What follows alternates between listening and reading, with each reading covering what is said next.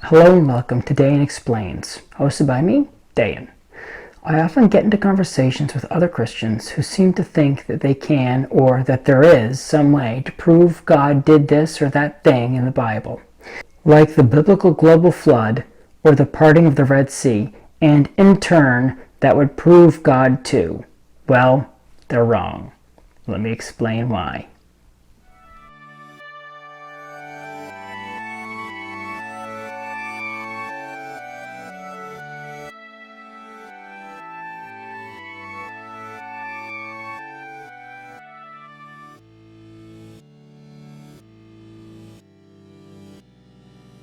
Many people, especially biblical literalists, seem to have the misconception that things in the Bible are scientifically testable.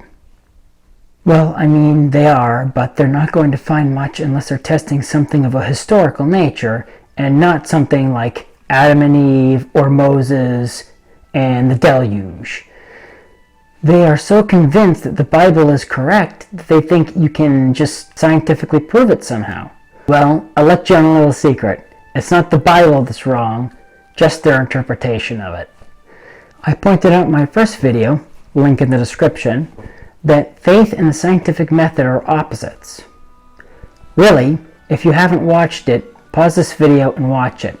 I'll wait right here. So, having faith is one of the key aspects of being a Christian. It's everywhere in the Bible, and there are many examples of tests to people's faith. Although scientists need at least some faith too, most don't try and prove every claim another scientist makes. They just assume that a general consensus of scientists who have tested the claim means it's probably trustworthy. Technically, that's faith too, because you're just taking someone else's word for it. On an ironic side note, flat earthers take the scientific method to the biggest extreme. They only believe it if they themselves witness the proof. That's why they think the earth is flat, because they haven't seen it for themselves that it's round.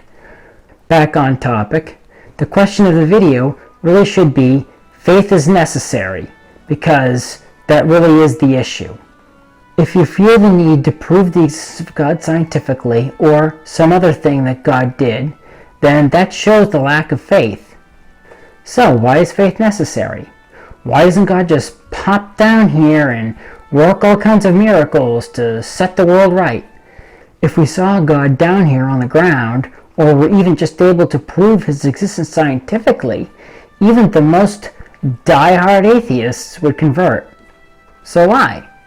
It all goes back to God wanting his love to be truly reciprocated. Now you might ask yourself, that doesn't make sense.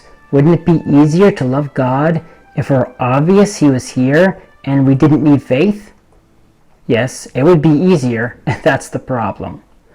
God wanted a deep love, one that isn't easy. God created the angels and they were made with direct knowledge of God and made their choice to stay as angels or become demons with that knowledge. Well, 2/3 of them decided to stay with God and be angels. It shouldn't be too much of a surprise that most of them would choose to stay with God. They knew without any doubt who the Almighty Creator was. So if God is just a matter of fact, it cheapens the decision. If you're married, you will understand what I'm talking about here. Consider the love you have for your parents versus the love of your spouse. The bond with your parents was there from the beginning. The moment you were conceived, you had an obligation to them. It was their decision that gave you life. Now, it's possible you may have fallen out with them at some point later in life, but the choice to love your parents is usually an obvious one, and children obey their parents out of respect. It's an obligatory love. Contrast that with the love you have for your spouse. Your spouse is a person you most likely didn't even know existed at some point in your life, and had no clue they could love you. Then you discovered each other. The love was exciting, that you would meet someone and they would love you for you without obligation. You do things for your spouse primarily out of love. That's how it's supposed to work anyway. Certainly no human relationship is perfect, but hopefully this analogy helps convey the idea. So, if you put yourself in God's shoes, how do you get that kind of relationship with someone you created? Well, one way is you create a universe like ours, where, just like when you grew up, your spouse was not a matter of fact. So God is not a matter of fact for us. We have to meet Him and fall in love with Him. This really is one of the major reasons God requires us to have faith. A consequence of that is our inability to prove God exists using science. It's inbuilt into the universe itself. So at this point, you may be asking yourself, what about miracles? How do those fit? To that, I'd ask, how many people converted from atheism because of a miracle? They are sufficiently rare that when they do happen, even if scientifically tested, a rational person can explain it away. In fact, many miracles are done in such a way that there can be a plausible excuse, especially to the non-believer. Going beyond that, the people who have miracles worked through them help prove the point. They're usually people with a deep faith. They truly have entered into that loving relationship with God. They already knew God like two people who are engaged to be married know each other. Another point on this would be the Adam and Eve narrative. Didn't they know God when they were created by Him? Similar to the angels? Wasn't it God's plan for them to not sin against Him? You know, original sin, a subject for another video. Yes, it was Adam and Eve's choice that gave us this relationship with God.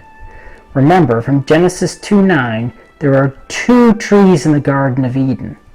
The tree of life and the tree of knowledge of good and evil. The latter of which was the one Adam and Eve were told by God that they were never to eat from. Well, we know what choice they made. Gee, thanks, guys. However, God draws straight with crooked lines. God knows how to turn every evil into a greater good in the due course of time. I mean, it was Adam and Eve's choice that gave us Jesus. It also gave us the ability to have a much more meaningful relationship with God by giving us a world where we would need faith and not science to believe in Him. What our universe might have been like if Adam and Eve had made the other choice we'll probably never know in this life. It also raises a lot of questions about how Adam and Eve's story fits into the creation of the universe.